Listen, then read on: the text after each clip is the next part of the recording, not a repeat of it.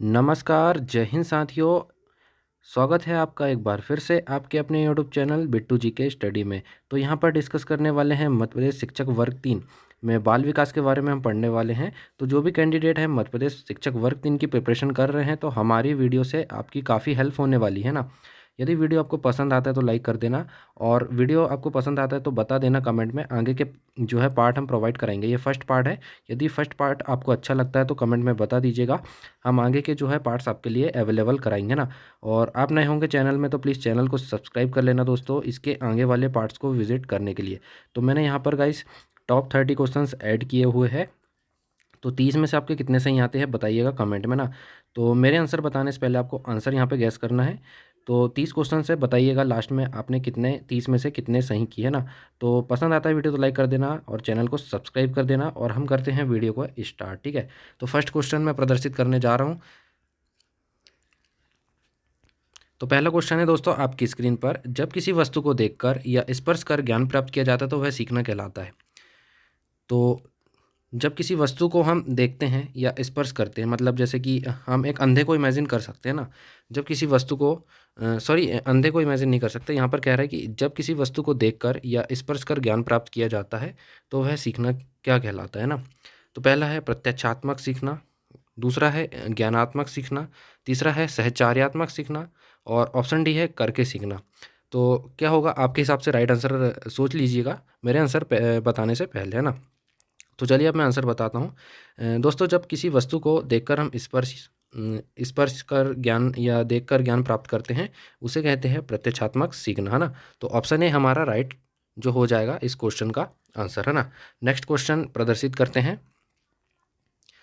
अधिगम या व्यवहार सिद्धांत के प्रतिपादक है। अधिगम या व्यवहार सिद्धांत के प्रतिपादक है, क्या होगा राइट आंसर बता दीजिए।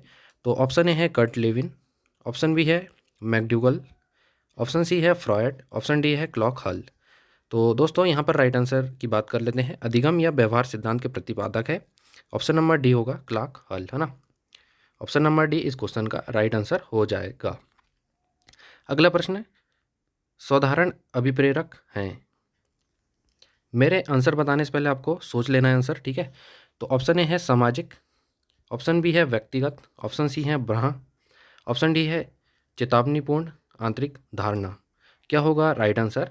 साधारण अभिप्रेरक है दोस्तों, यहाँ पे राइट आंसर बता देते हैं ऑप्शन नंबर डी चेतावनीपूर्ण आंतरिक धारणा, है ना। ऑप्शन नंबर डी इस क्वेश्चन का राइट आंसर होता है।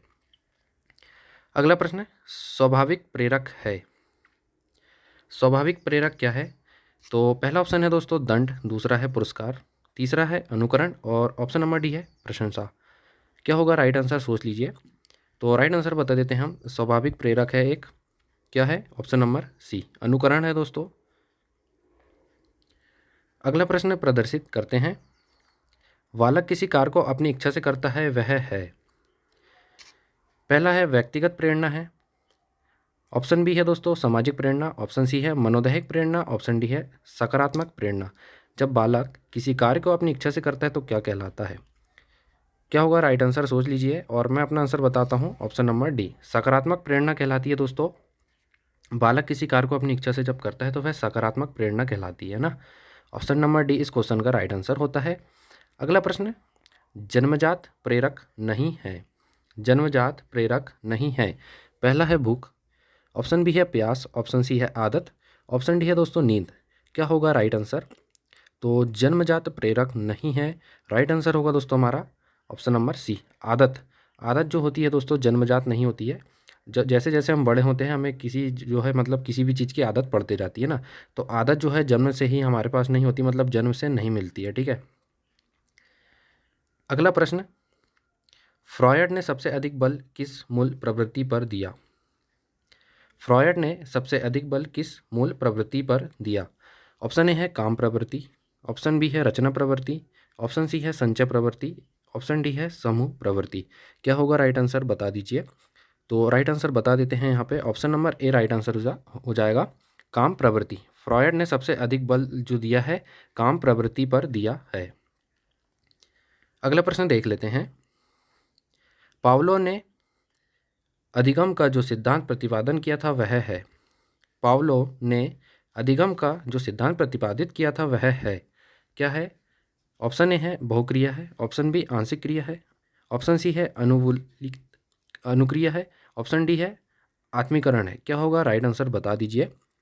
क्वेश्चन नंबर 8 के राइट आंसर की बात करेंगे तो इसका राइट आंसर हो जाएगा ऑप्शन सी अनुवुक्तलित अनुक्रिया, है ना। ऑप्शन सी इस क्वेश्चन का राइट आंसर हो जाएगा दोस्तों। पावलोव ने अधिगम का जो सिद्धांत प्रतिपादित किया है वह है अनुवुक्तलित अनुक्रिया, ठीक है, ऑप्शन नंबर सी। अगला प्रश्न, मूल प्रवृत्तियों में आवश्यक होता है, क्या आवश्यक होता है मूल प्रवृत्तियों में बता दीजिए। पहला अनुभव यानी कि एक्सपीरियंस, ऑप्शन बी है संवेग, ऑप्शन सी है प्रयोजन, ऑप्शन डी है बुद्धि। तो मूल प्रवृत्तियों में आवश्यक क्या होता है बता दीजिए। तो मूल प्रवृत्तियों में आवश्यक होता है अनुभव, है ना। ऑप्शन नंबर ए इस क्वेश्चन का राइट आंसर होगा। अगला प्रश्न, अंतर्दृष्टि पर प्रभाव डालने वाले तत्व है। अंतर्दृष्टि पर प्रभाव डालने वाले तत्व है, कौन कौन से है। ऑप्शन ए है बुद्धि है, ऑप्शन बी त्रुटि, ऑप्शन सी प्राय %, है ना, ऑप्शन डी इनमें से सभी। तो अंतर्दृष्टि पर प्रभाव कौन कौन डालता है, कौन से तत्व डालते हैं बता दीजिए। तो राइट आंसर होगा ये सभी, है ना। ये सभी जो होते हैं दोस्तों, बुद्धि त्रुटि प्राय, ये सभी जो है अंतर्दृष्टि पर प्रभाव डालने वाले तत्व है, ठीक है। अगला प्रश्न है, क्रियात्मक अनुबंधन का सिद्धांत किसकी देन माना जाता है।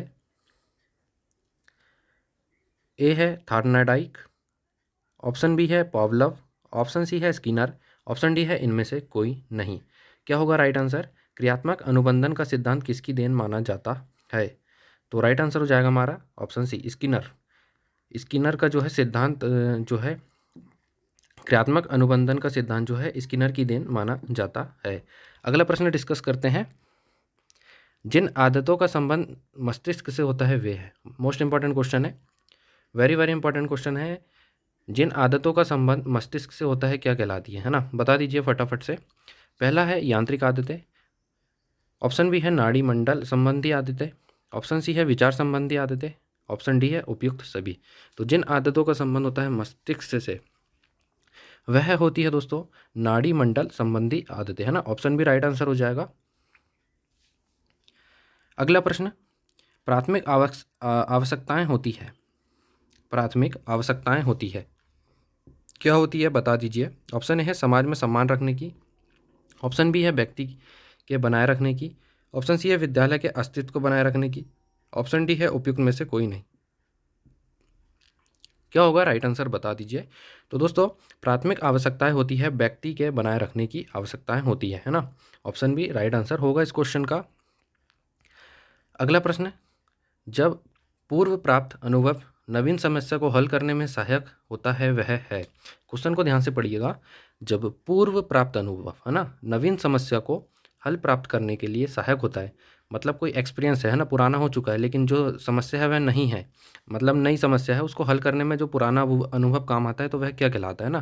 पहला है ऋणात्मक स्थानांतरण, ऑप्शन बी है धनात्मक स्थानांतरण, ऑप्शन सी है एक पक्षीय स्थानांतरण, ऑप्शन डी है इनमें से सभी। क्या होगा राइट आंसर, तो इस क्वेश्चन का राइट आंसर हो जाएगा दोस्तों धनात्मक स्थानांतरण ना। जब पूर्व प्राप्त अनुभव जो है नवीन समस्या को हल करने में सहायक होता है तो धनात्मक स्थानांतरण कहलाता है या होता है, ठीक है। अगला प्रश्न, निम्नलिखित में से सीखने का मुख्य नियम है, सीखने का मुख्य नियम बता दीजिए। ऑप्शन ए बहु प्रतिक्रिया नियम, ऑप्शन बी है अभ्यास का नियम, ऑप्शन सी है अपूर्ण क्रिया का नियम, ऑप्शन डी है सादृश्यकरण का नियम। क्या होगा राइट आंसर बता दीजिए। तो दोस्तों निम्नलिखित में से सीखने का मुख्य नियम क्या है, हम कैसे सीखेंगे, जब हम किसी चीज़ का बहुत ज़्यादा अभ्यास करेंगे ना, प्रैक्टिस जिसे कहते हैं, प्रैक्टिस करते जाएंगे तो हम सीखते जाएंगे ना, तो ऑप्शन बी इस क्वेश्चन का राइट आंसर होगा। अगला प्रश्न, थार्नाइट का अधिगम सिद्धांत निम्नलिखित के नाम से जाना जाता है, और किस नाम से जाना जाता है बता दीजिए। थार्नाडाइक का अधिगम सिद्धांत और किस नाम से जाना जाता है, क्या होगा राइट आंसर बता दीजिए। तो इसका राइट आंसर होगा प्रयास व त्रुटि का सिद्धांत, है ना, ऑप्शन ए इस क्वेश्चन का राइट आंसर होगा। अगला प्रश्न, सीखने के मुख्य नियमों के अतिरिक्त गौण नियम भी है जो मुख्य नियमों को विस्तार देते हैं, गौण नियम है। क्वेश्चन को ध्यान से पढ़ना है, सीखने के मुख्य नियमों के अतिरिक्त गौण नियम भी है जो मुख्य नियमों को विस्तार देते हैं, और गौण नियम है ऑप्शन ए भूल का नियम, ऑप्शन बी बहुप्रतीकीय नियम, ऑप्शन सी अभ्यास का नियम, और ऑप्शन डी है प्रभाव का नियम। तो क्या होगा राइट आंसर? तो इस क्वेश्चन का राइट आंसर हो जाएगा बहुप्रतिक्रिया नियम, है ना। सीखने के मुख्य नियमों के अतिरिक्त गौण नियम भी होते हैं जो मुख्य नियमों को विस्तार देते हैं। गौण नियम है बहुप्रतिक्रिया नियम, ठीक है। ऑप्शन भी राइट आंसर होगा। अगला है कक्षा वातावरण में सीखने का महत्वपूर्ण नियम है। कक्षा वातावरण में सीखने का महत्वपूर्ण नियम है। ऑप्शन ए रटने का नियम, ऑप्शन बी अवांछित विश्राम, ऑप्शन सी हस्तलेखन, ऑप्शन डी व्यवस्थित अधिगम प्रक्रिया। क्या होगा कक्षा वातावरण में सीखने का महत्वपूर्ण नियम? तो राइट आंसर बता देते हैं। राइट आंसर हो जाएगा हस्तलेखन, है ना। हस्तलेखन जो है कक्षा वातावरण में सीखने का महत्वपूर्ण नियम है। अगले प्रश्न की बात कर लेते हैं। सीखी गई क्रिया का अन्य समान परिस्थितियों में उपयोग किया जाना कहलाता है।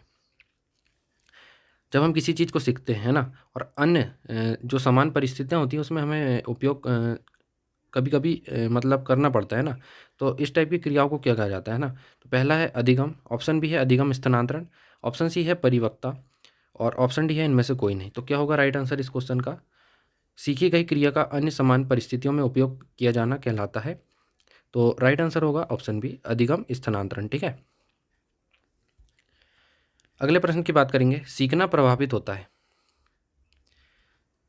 जब हम किसी चीज़ को सीखते हैं तो प्रभावित क्या होता है? पहला है मन, ऑप्शन बी है आत्मा, ऑप्शन सी है वृद्धि, ऑप्शन डी है प्रेरणा। तो सीखना प्रभावित होता है, क्या होगा राइट आंसर? बता देते हैं राइट आंसर आपको, प्रेरणा। प्रेरणा जो है सीखना प्रभावित करती है, मतलब सीखने से जो है प्रेरणा अपनी प्रभावित होती है, ठीक है। मतलब लगन लगती है सीखने से, है ना। अधिगम के लिए आवश्यक है। अधिगम के लिए आवश्यक है। ऑप्शन ए स्वस्थ मन, ऑप्शन बी अनुकूल परिवेश, ऑप्शन सी पारिवारिक सहयोग, ऑप्शन डी उपरोक्त सभी। तो दोस्तों अधिगम के लिए आवश्यक ये सभी चीज़ें हैं।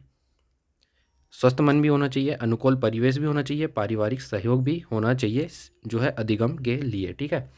तो ऑप्शन डी इस क्वेश्चन का राइट आंसर होगा। अगला प्रश्न, संवेग में प्रवृत्ति होती है। इंपॉर्टेंट क्वेश्चन है, वेरी वेरी इंपॉर्टेंट। तो संवेग में प्रवृत्ति होती है, पहला ऑप्शन है अपना गतिशील, ऑप्शन बी है अनुमित, ऑप्शन सी है उचित, ऑप्शन डी है स्थिर। तो संवेग में प्रवृत्ति होती है, बता दीजिए right answer. Option D right answer होगा दोस्तों, स्थिर। जो है संवेग में जो है स्थिर प्रवृत्ति होती है, स्थिर प्रवृत्ति होती है संवेग में, ठीक है। ऑप्शन डी राइट इस क्वेश्चन का राइट आंसर होगा दोस्तों। अगला प्रश्न, थार्नाडाइक मनोवैज्ञानिक थे। तो थार्नाडाइक जो थे एक मनोवैज्ञानिक थे, और किस देश से जो है ये जो है बिलोंग करते थे या रहने वाले थे? ऑप्शन ए है ब्रिटेन के, ऑप्शन बी अमेरिका के, ऑप्शन सी भारत के, ऑप्शन डी रूस के। क्या होगा राइट आंसर? बता दो फटाफट से। तो ऑप्शन बी राइट आंसर हो जाएगा अमेरिका के, है ना। थार्नाडाइक जो थे अमेरिका के मनोवैज्ञानिक थे, ना। अगला प्रश्न, निम्नांकित में से वंचित वर्ग में शामिल होते हैं।